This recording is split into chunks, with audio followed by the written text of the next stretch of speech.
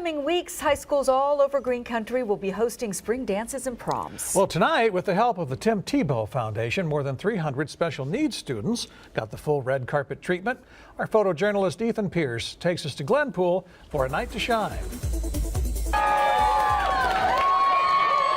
This is called A Night to Shine. It is sponsored by the Tim Tebow Foundation, and it is for all people with special needs. A night that is like a prom, where they get to dress up. So we did their hair, their makeup, provided everything so that they could have one incredible night. It is hosted by the people of our church and several people from the community that just wanted to let all of these people know how special they are. Just for you, red carpet. As people come in the door, they receive a boutonniere or corsage. They also receive either a crown or a tiara. And the whole purpose of that is to really make them feel the whole red carpet feel like they're the VIP of the prom. I went over to his house on Sunday night and I made signs that said, "Let's dance the night away, prom night to shine." And I had a rose and he came out really surprised and blushing and ran over and gave me a huge hug. It was a mind-blowing. This is a wonderful opportunity for young people like this. This is your prom. That's sweet. Tonight there were more than 300 prom guests, about 450 volunteers, and a couple of hundred parents attending. And celebrated Hanukkah tonight with a special menorah lighting. But it wasn't your ordinary menorah. This one was sculpted from ice, and photojournalist Ethan Pierce takes us to the celebration at Winterfest.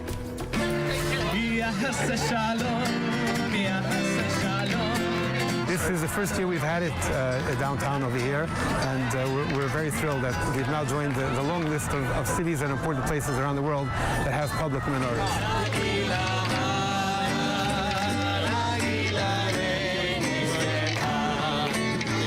Communities here, other Tulsans are here. I mean, this is about community. It's great to see the community united, as well as the non-Jewish community who's coming to learn and experience, I think, one of probably our most beautiful holiday.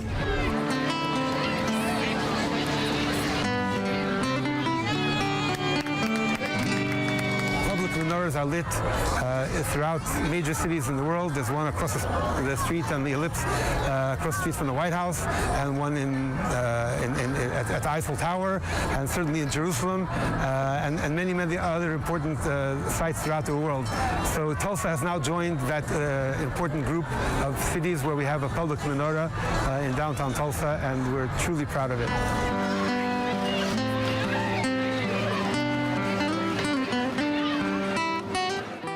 That sure is pretty, isn't it? That's cool, isn't it? It's gorgeous. The ice always looks so neat like that when it's lit up. But Winterfest, by the way, runs through January 17th.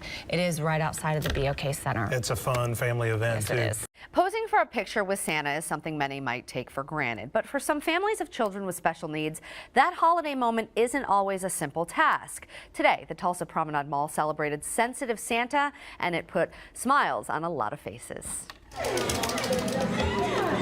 I wanted a DJ microphone, a voice changer, and a Transformers helmet voice changer. I like a makeup. You want some makeup? A lot of families that are affected by autism, they can't go out to malls. They can't go see Santa. They can't. It's hard for some families, depending on the level of autism that your child has. They can't even go out in public settings sometimes. So to be able to have an event where it caters to autistic children and they can come in and there's no judgment from any other families. There's no looks whenever your child might have a meltdown or acts differently than other children might act. There's no worry of upsetting other families, and the kids, they turn the lights down, they turn the music off, they turn the water off, and they just kind of, it's that way it helps the kids not have a sensory overload and helps the kids get through the process without having any of those autistic setbacks. It's really wonderful that somebody cares enough to actually do something for the kids with special needs. This is how I want my house to look like, with a whole bunch of Christmas lights. The most important thing is to make sure that that child feels as welcome and as normal as possible. Merry Christmas. What a great thing that they have out there at Promenade. Well, 500 Oklahoma firefighters are in Tulsa this week for the Oklahoma State Firefighters Association's Fire School. News on 6 photojournalist Ethan Pierce shows us the hard work that goes into making sure our state's firefighters are well prepared. I came from Altus, Oklahoma. It's about a 4-hour drive up here to Tulsa. And where we live, this is a really good class, the Flag LPG class, because in rural Oklahoma, we have a lot of oil wells and pipelines that come through there, and we don't get these emergencies very often, so therefore it's hard to prepare for something and to get training on something when you don't have the call all the time. Training is very important. A lot of these guys are level 1 and level 2 firefighters. Well, that allows them to go to any fire department. They're level 1 or level 2 trained, which means the fire department don't have to spend near as much money on them training them. And when you got propane fires and liquid fires like this, you have a ton of radiant heat, so you got to be very careful. It's better to meet it here on a training facility than meet it out in the real world. That's where things can go wrong. One of the unique things about this facility is all of our props are propane fueled props.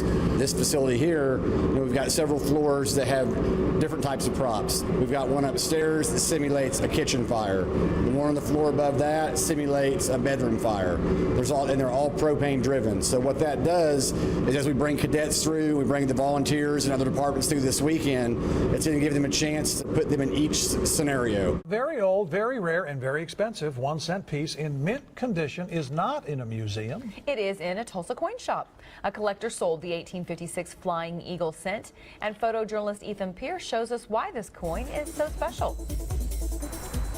For America, for over 60 years, they went with a large cent, which was 1 penny's worth of copper. Well, copper got too expensive to be able to use that much copper for 1 penny. So in 1856, they changed to the Flying Eagle. Previous to this coin, all of the coins made by America had Lady Liberty on it. Different versions, she was standing, she was seated, but it was always Lady Liberty. This was the first to not have Lady Liberty on it, and it was a Flying Eagle. And again, it is much smaller, so everyone felt like they were getting ripped off, from the government. But they made over 2 million of this, the large cent in 1856. They only made 2,000 of the Flying Eagle. So this is an extremely rare coin that most people never see in their entire lifetime. I have bragging rights now that I've actually come close to a relic that someone else hasn't come close. Because in conversations, people say, I used to have this kind of coin, or I actually own this, or my grandfather, and that kind of thing. But to actually come close and be able to touch that. Again, this design lasted for 3 years before they changed to the Indian head penny. And it's really pretty neat, even for us as coin collectors, to see something like this come in. Well, it says here we looked online and found similar coins selling for about $25,000. The 2 million lights are shining brightly at Rhema Bible College in Broken Arrow tonight. Chief Meteorologist Travis Meyer was there as they flipped the switch live on News on 6 at 6. Photojournalist Ethan Pierce shows us this year's display. 6, 5, 4, 3, 2, 1, go. This year, I think we pretty much got 85–90% of campus done in LED. Electrician was explaining to me one time that just the bridge alone, when you see all the lights that dance up and that people love, that when it was done in incandescent, it took about the electricity of 4 houses to run, where now with LED, about as much as your refrigerator. Like the ones that look like it's dripping down, like the icicles. I was like amazed of how many lights they have, and they keep adding new ones. It's something that we did to let people know that Jesus is the light of the world. He's the reason for the season. It's an outreach to the community, and it's very important that they keep doing it.